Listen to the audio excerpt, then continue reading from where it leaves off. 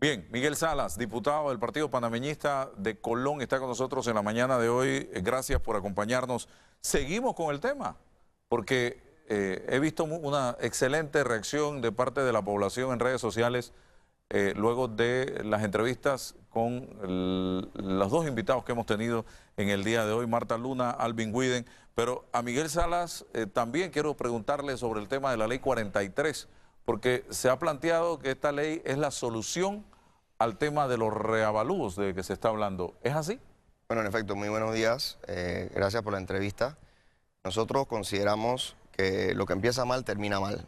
Y una mentira dicha varias veces se vuelve verdad y ha sido el principio básico y elemental con la que se ha estado trabajando hasta el momento. Y aquí tengo unas cifras estadísticas muy importantes, Álvaro, que yo creo que todo el país debe saber. Y es que tenemos registrados, según las cifras que presenta el MEF y la DGI, más de 750.000 propiedades a nivel nacional que pagan menos de 30.000 balboas. O sea, en la actualidad hay más de 750.000 propiedades registradas que están por debajo de los 30.000 balboas, que significa que no tienen que pagar y están exonerados de pagar el impuesto de bien inmueble. O sea, gente que está asustada innecesariamente. El 74% de la población está siendo inducida a un temor generalizado fundamentado en una mentira. No hay tal impuesto sobre sus propiedades, ya que lo que está registrado por parte de la DGI, el Ministerio de Economía y Finanzas, reporta que está por debajo de los 30.000 balboas. Y no contento pues con eso, el gobierno nacional, de una manera muy responsable, ha decidido presentar una legislación que voy a aprovechar la coyuntura de la mañana en esta entrevista para darte una primicia. Sí, a ver. La intención del gobierno nacional es ir consecuente a la realidad en que nos encontramos y permitir que todas las familias panameñas, así como tienen acceso a una tasa de interés preferencial de 120.000 balboas al aplicar para un préstamo para su vivienda, hasta ese monto, está en la disponibilidad de presentar que así como hoy más del 74% de la población está por debajo de los 30.000 balboas en el valor de su propiedad, de su terreno, y está exenta del pago del impuesto del bien inmueble, o sea que no paga impuesto de bien inmueble, no va a pagar impuesto de bien inmueble, se le va a ampliar el rango hasta 120.000 balboas, permitiendo que más de 1 millón de terrenos, por ende, familias y mucho más panameños, más de 1 millón, van a quedar exentos del pago del impuesto de bien inmueble, tal como se viene dando hasta el momento. Lo que no podemos estar de acuerdo en ningún momento es permitir que el que más tenga y que la clase empresarial y económica de este país quede exenta de un pago sobre pretexto de un temor generalizado que circula en diferentes redes y que circula en diferentes medios. Cuando la lógica indica que el que más tiene debe pagar un poco más. El que más tiene debe pagar y debe ser consecuente con la realidad. Y te digo un ejemplo muy sencillo. La cuenta de luz. No es lo mismo lo que paga una persona en un residencial X, podemos decir algún ejemplo. En el área de Punta Paitía, la cuenta de luz que se paga en Punta Paitía no es la misma cuenta de luz que se paga en mi circuito, por decirte un ejemplo, en el área del casco de la ciudad.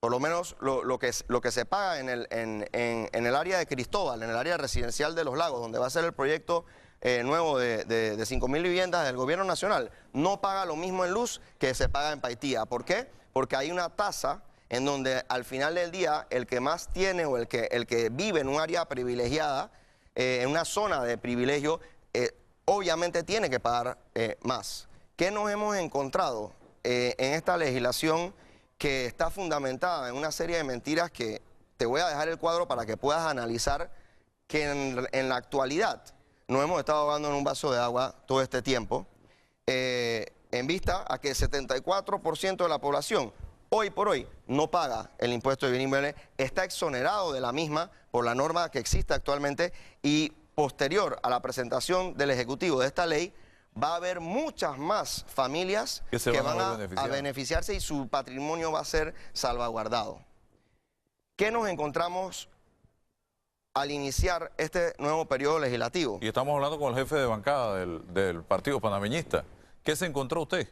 ¿Qué es lo que te quería comentar? Que ahora, no solo como diputado de Colón, sino que tengo la responsabilidad como jefe de bancada, revisamos esta polémica ley y nos hemos encontrado, Álvaro y pueblo panameño, con una cantidad de incertidumbres. La ley no tiene una renta sustituta. La ley mata a la descentralización. La ley acaba con el proyecto que se presentó para el beneficio del pueblo panameño. Tengo 7 distritos de los 77 distritos que se ven afectados con esta legislación. Y rápidamente, ¿por qué mata la descentralización? ¿Por qué afecta al país de la manera que lo estamos sustentando?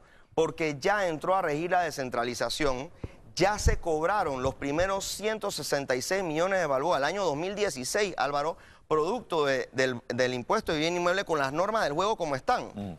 Y a nadie le han quitado su casa. Yo extiendo el reto a que me envíen la primera cédula de cualquier panameño que producto del tema del impuesto de bien inmueble y por lo que se ha recaudado en el 2016, 2017, demuestre que le han quitado su casa. Porque no hay ninguna familia que se le va a quitar su casa, porque precisamente nunca ha sido la intención del gobierno nacional, ni va a ser la intención de ningún gobierno hacer semejante barbaridad. 60 años tiene esta ley y este tema de la tasa de inmuebles vigente. 60 años, no es que fue de ayer, ni anteayer, ni del gobierno ni del pasado. Y jamás se le ha quitado una casa a nadie. Y siempre paga el que más tiene, no el que menos tiene. Ok, usted se encontró con reformas a el proyecto original del 43. ¿Qué tipo de reformas? Yo lamento decirte, estamos haciendo mucha más investigación dentro de la Asamblea y de las comisiones. Hoy instalamos la Comisión de Economía y Finanzas a las 2 de la tarde, en donde formo parte de la comisión y vamos a entonces solicitar, ya vamos a ser mucho más exigentes con el acceso a la información, porque nos hemos encontrado bellezas, Álvaro. Se creó una subcomisión hace 1 año y medio atrás, o 2 años, en donde en esa subcomisión, qué interesante ver que se presenta un proyecto de ley muy interesante, con una serie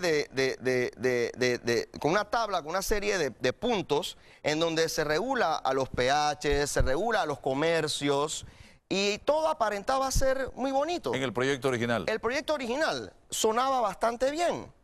Después de esa subcomisión, Álvaro, resulta que nadie sabe qué más pasó, se eliminan todas las tablas y entra a regir una inequidad fiscal que no puede ser permitida en un Estado de Derecho. ¿Y qué significa una inequidad fiscal? Que esta actual legislación, después de esa subcomisión y después de la mano, porque aquí hay mano turbia metida en esto, lo que hace es que el que menos tenga pague exactamente lo mismo que el que más tiene. O sea, el que vive en San Miguelito, en un barrio popular, pagaría lo mismo que el que vive en Punta Pacífico o Costa del Este. Y para no decir, porque yo estoy muy seguro que después se van a generar opiniones encontradas, te voy a poner un ejemplo, porque somos un país en crecimiento y en desarrollo, y somos la envidia de Latinoamérica, en cierto sentido, viendo tantos problemas, manteniendo nuestro ritmo de crecimiento estable al 6% como país. Un extranjero que viene a hacer una inversión de $2 millones en un apartamento, está acostumbrado en su país a pagar mucho más por impuesto de bien inmueble y mucho más en todo el concepto de impuestos. Está acostumbrado a pagar 10%, 15% de ITBMS, claro, paga 3, 4% en bien inmueble, no tiene exoneraciones, no tiene tasas de interés preferencial, no hay la exoneración de impuesto de bien inmueble que tiene nuestro país. Él paga 2 millones de balboas por un apartamento y la propuesta demagógica que hoy está suspendida en la Asamblea Nacional de Diputados propone que esa persona que pagó $2 millones por su propiedad pague exactamente lo mismo que una persona humilde que con esfuerzo ha llevado adelante su familia y su bienestar. y tiene entonces, en cierto sentido, pues, si no está dentro del rango de 0 a 120.000 balboas y pues tiene una propiedad que estará registrada más de 120.000, tendrá que pagar en base a una tasa. Pero lo que no es correcto es que el que más tiene, que compró esta propiedad de 2 millones, pague exactamente lo mismo que el que menos tiene, Álvaro. Okay. Eso nunca se ha visto en la era democrática, ni siquiera en la era, pues, en donde tuvimos en Panamá el lineamiento militar durante los 20 años de dictadura que vivimos. De manera que son temas que lamentamos que se están dando y que tienen suficiente sustento que motivó a que, en vista a que se incumplieron con los consensos, porque en las cámaras nacionales de diputados se dan los consensos y se dan los consensos entre todos los partidos. Encontramos que el 28 de abril, Álvaro, le metieron, adivina, aquí hablan de autogoles y de goles y demás, 9 modificaciones. 9 modificaciones a la 43. A la 43 de última hora, en donde una de esas modificaciones hace referencia a la forma de poder hacer un revalúo privado. Imagínate esto, que tanto se ha hablado de temas de revalúo y demás. Ya Martinelli lo hizo. Y el artículo 89 de la ley que creó la descentralización los eliminó todos. No hay ninguna revalorización y el gobierno nacional ha sido claro, y mi persona como diputado y representante de la bancada panameñista, estamos claros que en la legislación que se va a presentar por parte del Ejecutivo y que vamos a debatir en la Asamblea Nacional de Diputados, esté claro que no va a haber evalúo de oficio, que no va a haber ningún tipo de revalorización y que el valor catastral registrado en la actualidad es el que prevalece, salvo que una persona desee que se haga, porque cada persona tiene el derecho en su momento, pero no va a haber tal revalúo de oficio, de tal manera que lo que se ha estado ventilando en diferentes medios y redes y demás es una mentira dicha varias veces que se ha vuelto una verdad mentirosa, por ende carece de fundamento y nosotros nos hemos visto pues en la necesidad de venir a presentarte toda esta información y fundamentar lo que esperamos hacer en las próximas semanas. Gracias a Miguel Salas. Mientras nos vamos a Nombre de Dios, donde efectivamente nos registran que las lluvias han provocado inundaciones en el área. El mar hubo una marejada aparentemente, una marejada ahí al pueblo y hay más de 50 personas afectadas producto de esta inundación en el sector de Nombre de Dios, provincia de Colón. Así que esto es a manera de información aquí en Telemetro Reporta. Pausa y regresamos.